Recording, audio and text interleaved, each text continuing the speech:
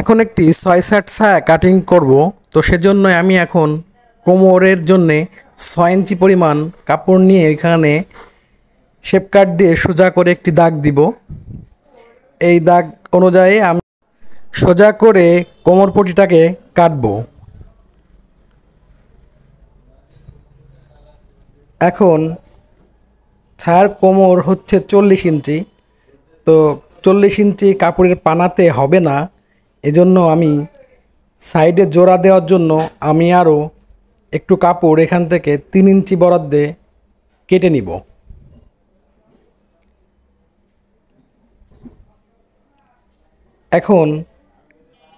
এখন আমি ছায়াটাকে কাপড়টাকে সুন্দরভাবে ভাঁজ দিব।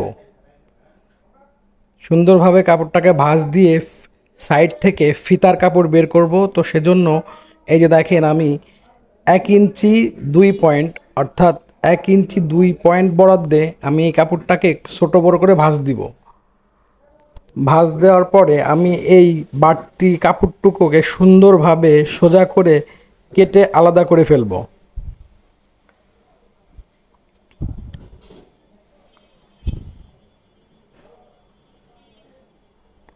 হ্যাঁ, আমার ফিতের কাপড়টুকু কেটে আলাদা করা হয়ে গেছে। এখন আমি এটাকে ৬ ইঞ্চি বরাদ্দে একটা দাগ দিয়ে নিব। ৬ ইঞ্চি বরাদ্দে একটা দাগ,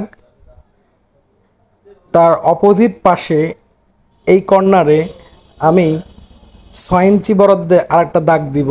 যেহেতু কোমর একটু বেশি, তো সেজন্য এইখানে একটু বেশি কাটতে হবে, না হলে কম হয়ে যাবে। তো আমার এইখানে ৬ ইঞ্চি, ওইখানেও ৬ ইঞ্চি। এখন এই মাথা থেকে ওই মাথা পর্যন্ত শেপ কাট দিয়ে সোজা করে দাগ দিয়ে নিব। খেয়াল রাখতে হবে যেন দাগটা এলোমেলো না হয়, সোজা থাকে। এই দাগ থেকে ওই দাগ সোজা থাকে।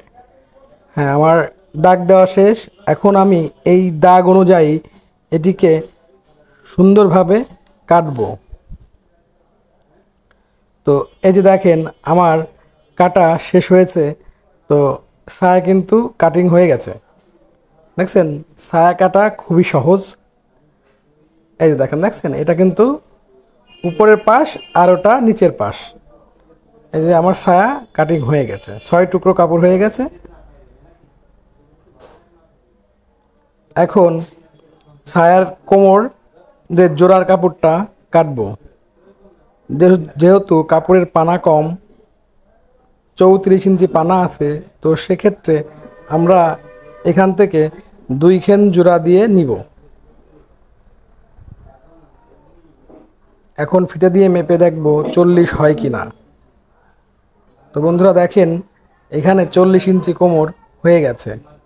তো এই পরিমাণে কাটলেই ৪০ ইঞ্চি কোমর হয়ে যাবে। তো আমার ভিডিওটা ভালো লাগলে আপনারা সবাই আমার চ্যানেলটিকে সাবস্ক্রাইব করুন এবং লাইক করুন, যাতে পরবর্তী ভিডিও আপনাদের কাছে খুব তাড়াতাড়ি পৌঁছায়।